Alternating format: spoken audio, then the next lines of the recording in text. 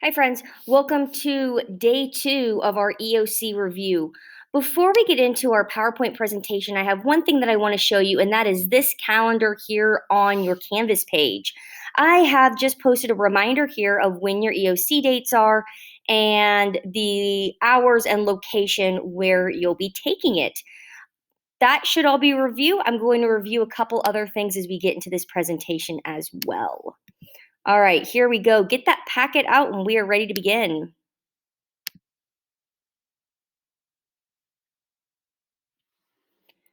Okay, by now you should have your packet out, and I will tell you when you're going to start writing things down. This is just a reminder.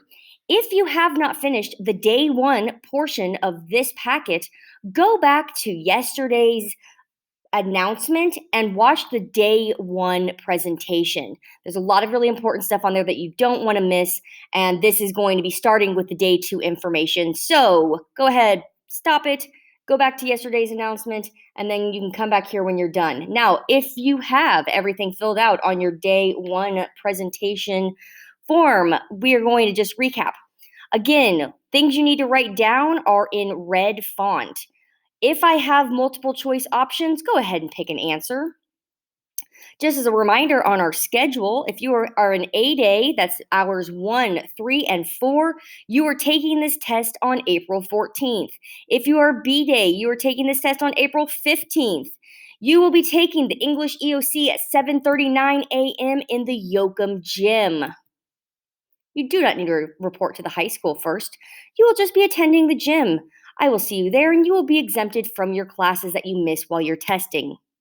Now, just as a reminder of your motivation, the EOC is 10% of your semester grade.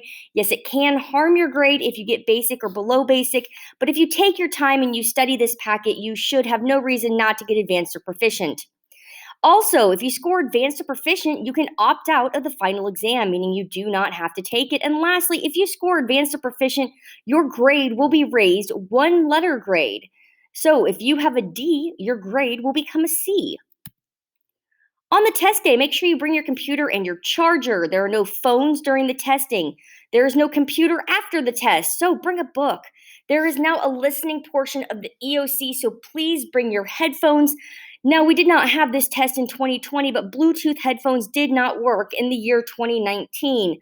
I do not know and have no way of guaranteeing if they will work this year in 2021. My advice to you is to avoid any test day anxiety by bringing wired headphones. If you do not have a pair, talk to me. I can provide some for you. Some more important information, make sure you bring your charger. We do not have many extras of these, so it will be really important that you have your own. If you bring your backpack, that's okay, but it is going to be placed in the front of the room, so you will not have access to it while you are testing. When you are done with your testing or when you return to your testing location, you have to turn your cell phone off. Just having it on vibrate isn't good enough. If your phone vibrates during the test, you will invalidate your test, and phones will not be given out until everyone is done testing. If you have your phone with you during the test, you will be sent to the office and you will lose all of those EOC benefits. This is non negotiable, and this also goes for smartwatches. I would not bring my smartwatch on the day of the test if I were you, or you can make sure it is in your backpack. Everything must be off though. Number 4, make sure you have something non-technological to read or work on. You can take a nap if you want to, but you cannot be on your MacBook. You cannot be on a phone. You cannot have any technology with you when you are done testing. Seats will be assigned. They will be done alphabetically or by my preference. And there are 2 sessions. Session 1 is the choice types. This is what we talked about in the day 1 packet. And then session 2 will be the EOC essay, which we will talk about more in depth today. In the past, there's been multiple choice performance events questions. These have been about fiction, nonfiction, and poetry. It's been mostly reading comprehension. There's also been literary terms, grammar and usage, and like vocabulary and context. Listening is the new component this year. The writing is what we've been preparing for all school year. That's a 5-paragraph blended essay with 2 cold reads that must be used and cited, and the usage of blending in each 3 body paragraphs. This is a reminder. Stay calm, relax, and focus. Give each passage a first read each passage carefully, go back and scan the passage for the correct answer because most of the answers are in the test. Answer every question and double check before your final submission. For the writing prompt, be sure you understand and respond to all parts of the writing prompt. Read the cold reads. Don't just skim them. Don't just try and pull quotes. Actually, read them. Use blending and the two documents. That means you have a personal anecdote, you have something that is your own experience or your own personal example, and then you also have a direct quote from the articles or the cold reads. You can create an outline or another pre-reading activity. You are given scratch paper if you need it and pencil. You cannot bring any of these tips or what you do prior to the EOC, but when the test begins, you will be given scratch paper and you can jot down any notes that are in your brain at the time. Make sure you revise and edit. That means you read through what you've written. Make changes. Slow down. Take your time on this test. Remember, there is no time limit. You can take all day long if you need to. Just a reminder on the 2009 EOC scores. We're doing 2019 because 2020 did not have an EOC. Remember that every question matters, and these are the scores that people earn basic. 400 points was the score needed for a proficient score.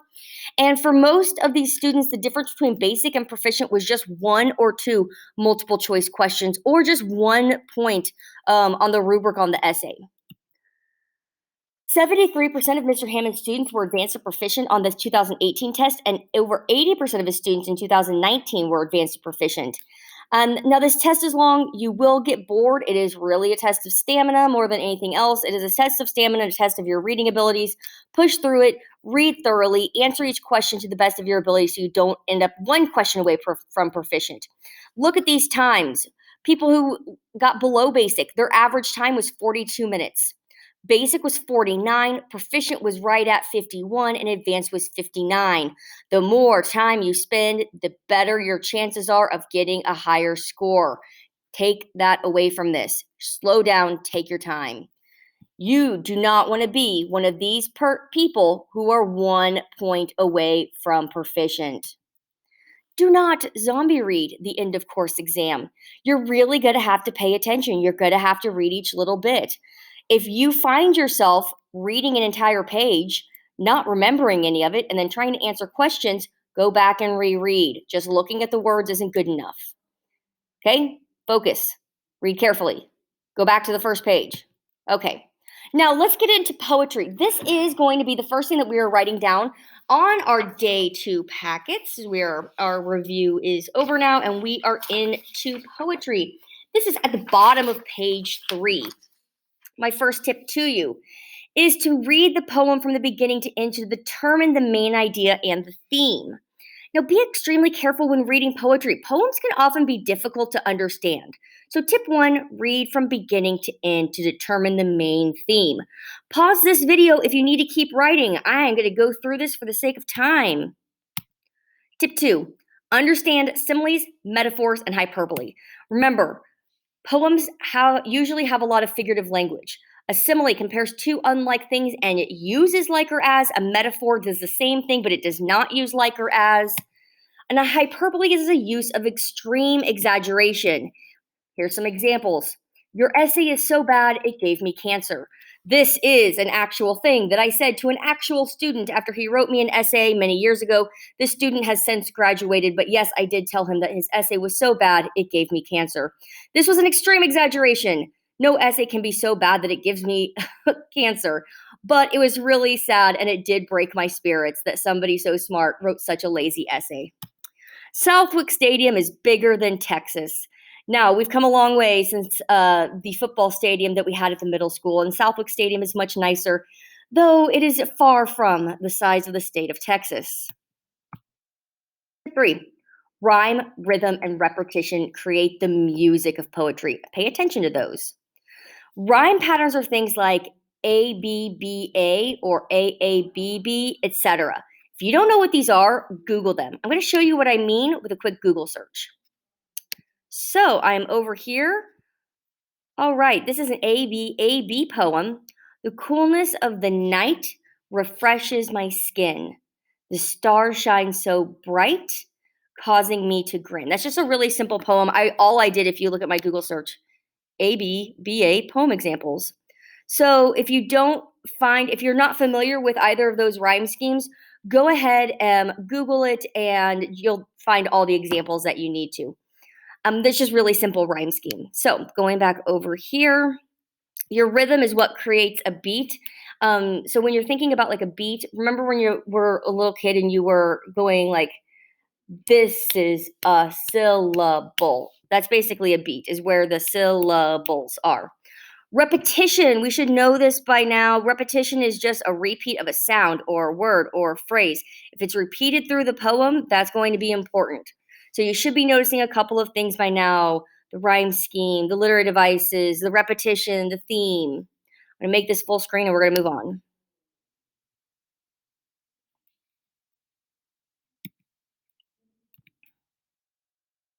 All right, tip 4 is to look at the word choice that helps establish the poem's tone.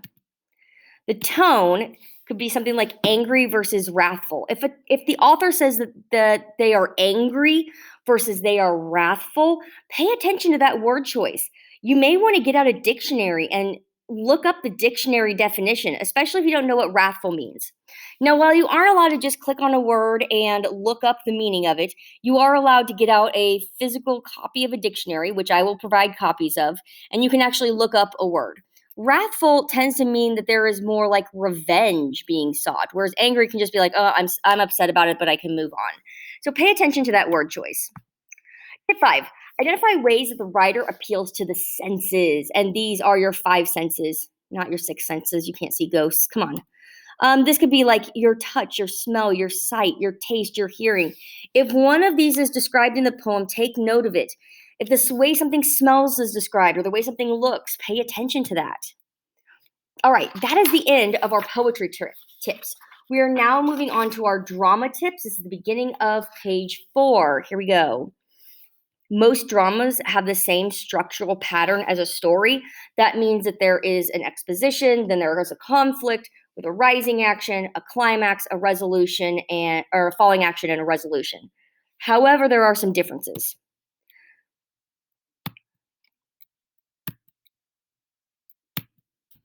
Tip 2, dramas do not contain as much description as stories. They're meant to be performed, so the actor is the one who is giving the descriptions.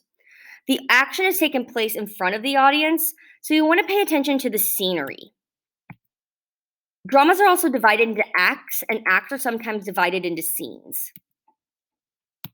And tip 4, in a drama, dialogue and action help the audience understand both characters and plot line. This is like what characters say to each other. We have to figure out what's going on based on the clues that are given to us, and generally, it'll just be like stage cues and dialogue that give us tips. 5, stage directions will tell how the set should look and how and where the actors should move on the stage. So these are usually in brackets or parentheses, and they're usually printed in italics. Now, you should have learned almost all of this when you were reading Romeo and Juliet last year. However, I know we began quarantine when you started it, and so this may have never come across you at all, or it may be super rusty. These were the things in parentheses, and they would say things like Romeo exits, or Lady Capulet comes in, or whatever. It's just basically saying who is where on stage and what characters are on stage. All right, again, slow down and take this seriously. I know that you're all capable of scoring advanced or proficient on the exam. Read the passages, read the questions, and then go back to the article and confirm your answer. Answer all of the questions. Remember, you do not want to miss any because that gives you 0% chance of getting it correct, whereas just guessing gives you a 1 in 4 chance. Okay, we are now getting into drama terms. This is different than drama tips. These are going to be some definitions. We're going to start with an aside. This is when an actor speaks to the audience. It's basically like they're speaking in a whisper and it isn't heard by the other actors. So in the beginning of Romeo and Juliet, Act 1, Scene 1, the Capulets and the Montagues are trying to start a fight with one another, and they start by like insulting one another, and then they bite their thumb at one another, and the Montagues say, "Do you bite your thumb at me, sir?" And one of the Capulets turns to the other one and he goes, "Is the law on our side if I say A?" Meaning, will we get in trouble for starting this fight if I say yes? Again, he's saying that as a whisper to the other person who's on his side, and it isn't heard by the other actors. That's an aside. Okay, dialogue. These are words spoken between actors. You should know this. They're in quotations. Okay, dramatic irony. Remember, you're pausing this and writing things down while I go through this if you need to. You're not just trying to write as fast as you can and then move on. Now, dramatic irony. This is when there's a contrast between what the audience knows and what the characters on stage believe is true. Romeo and Juliet has a lot of examples of this. So, like when Romeo kills himself because he thinks that Juliet's actually dead, we, the audience, know that Juliet is just in a death like coma because she took a potion and that she's not actually dead. So, the fact that we know something that the characters do not know makes it dramatic irony. All right, soliloquy. This is a monologue given on stage by a character that is alone on stage or thought to be alone. For example, Act 2, Scene 1. Romeo is hiding from his friends after having met Juliet at the Capulet party, and Mercutio is making fun of him, and Romeo on stage is like, he just at scars that never felt a wound. And then he goes underneath Juliet's balcony and he's like, "But soft, what light through yonder window breaks? It is the east, and Juliet is the sun." He's talking to himself, but that is his way of being able to show the audience what he is thinking or feeling when he is on his own. So we can just think of a soliloquy like the actor saying their thoughts aloud. Okay, a tragedy is a drama that involves a main character who will meet a downfall. Usually that downfall is death, especially if Shakespeare's writing it. A comedy is a drama that's meant to be humorous. In Shakespeare's works, people can still die, but only the bad people die, not the main characters. Okay, we are now moving on to the writing prompt. Again, this is the exact same as the essays that you've written in this class. This is just a sample writing prompt. You will see that it is long and is written in a similar style to the essays we've had this year.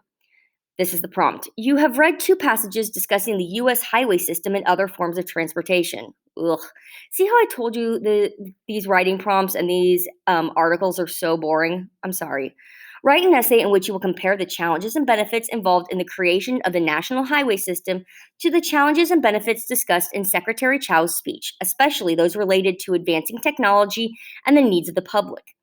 Incorporate material from both passages in your essay, citing either sources, informally or formally. Your essay should blend writing at least 2 genres: argumentative, expository, and or narrative.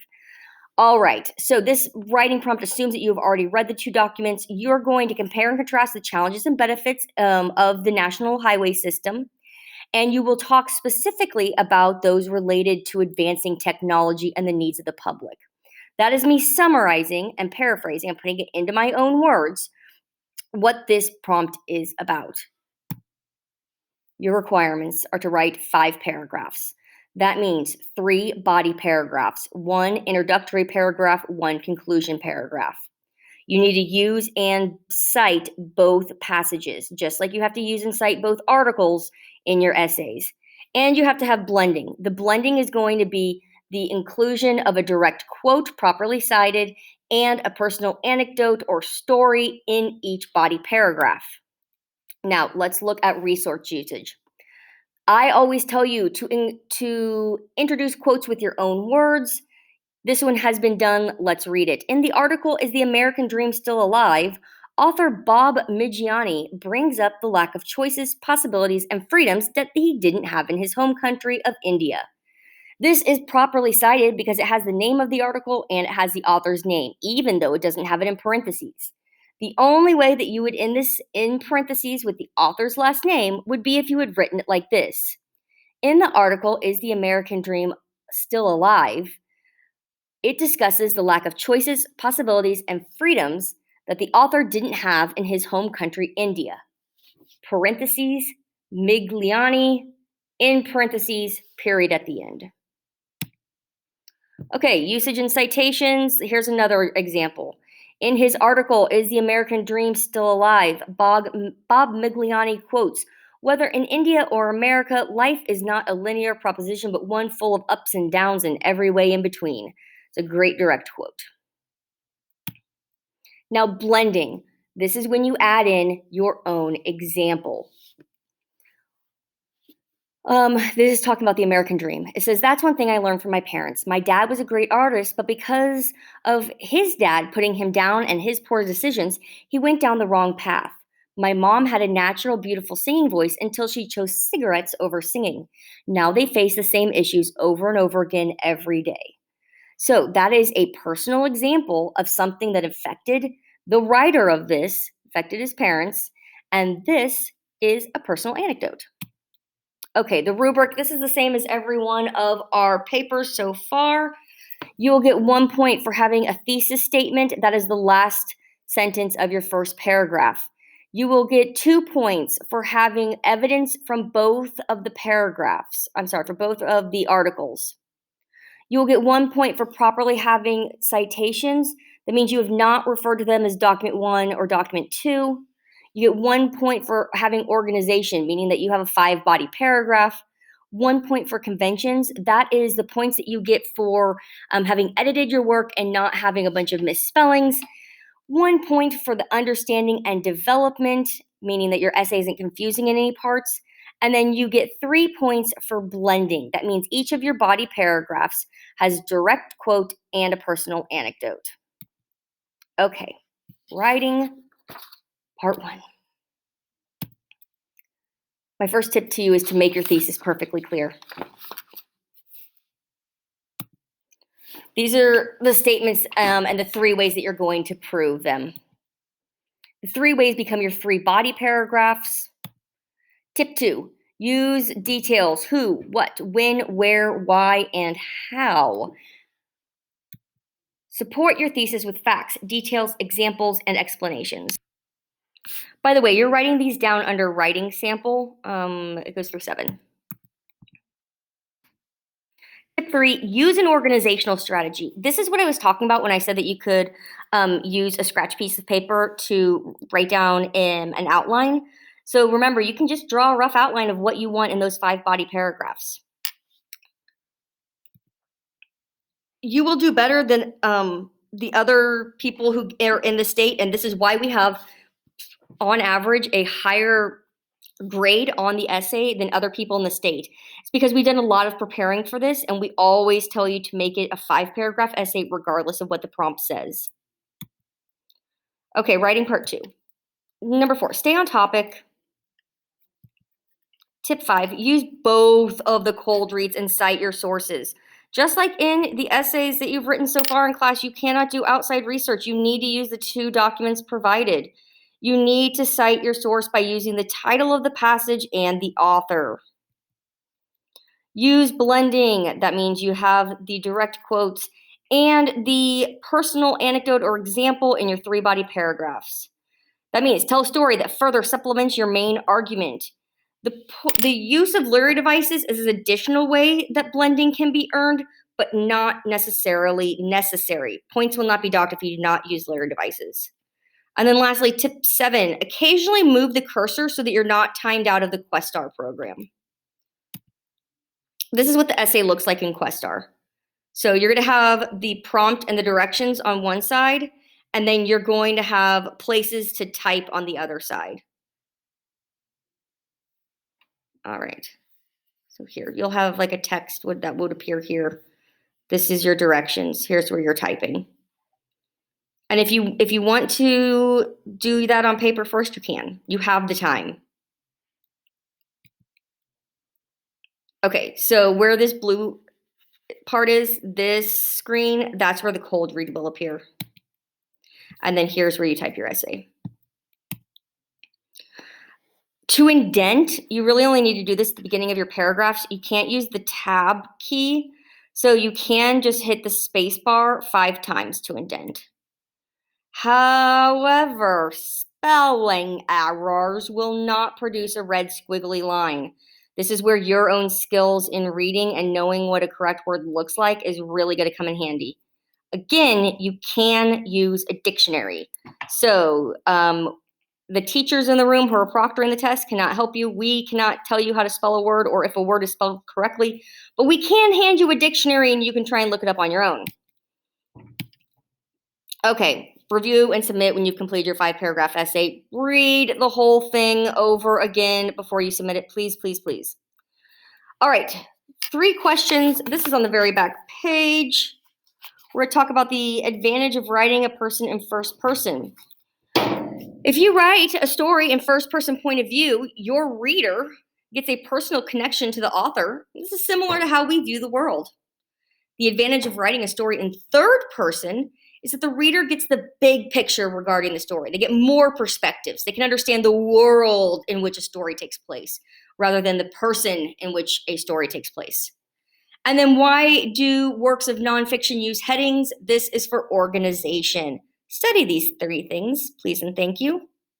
All right, last class period, you should have gotten down your definition of pun and an example, your definition of jargon and an example. For the rest of this class period, you're going to need to look up and define and provide an example for understatement, irony.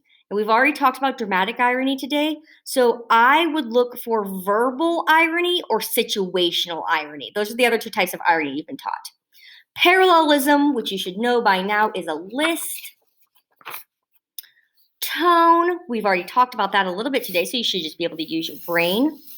Allusion, analogy, onomatopoeia, personification, alliteration, metaphor, simile, hyperbole, theme. When you're looking up theme, make sure you type in theme in literature to get the definition. Repetition, I would use repetition in poetry to get down that definition and example.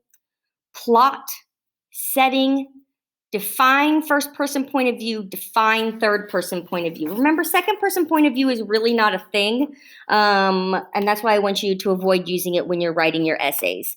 And that's another thing I would suggest when you are doing your final essay. Make sure you look through and make sure you did not use you. Use a more specific word. You were not talking about me in your paper. You were probably talking about, I don't know, other people. Be specific and don't use you. All right, the rest of this class period, you should use this time working on your literary devices. You can use your memory, like for some of those, like tone and simile and metaphor. You don't need to look up the definition. You should probably know it by now. But if you need to look up like other PowerPoints that are on Canvas or just use the internet, you're more than welcome to do so. Let me show you an example, and we can do the first one together if you'd like.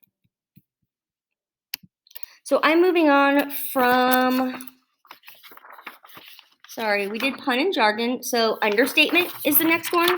So here, I'm just going to go to understatement. Understatement examples. And there's stuff like this for everything. Okay, definition of an understatement. When someone uses the figurative language of understatement, they are using the language which does not convey the full meaning of what they are talking about. What is being said is described with a lesser strength than what is reality or what is expected. So if I said, I'm going to use this example because it reminds me of Romeo and Juliet. When Tybalt got stabbed by Romeo and he was dying, he was like, "Oh, it's a scratch, a scratch."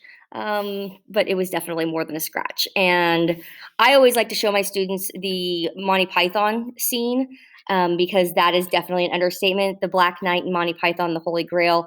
The Black Knight gets his arm chopped off and he's like, "Oh, it's just a flesh wound," even though his arm is on the ground.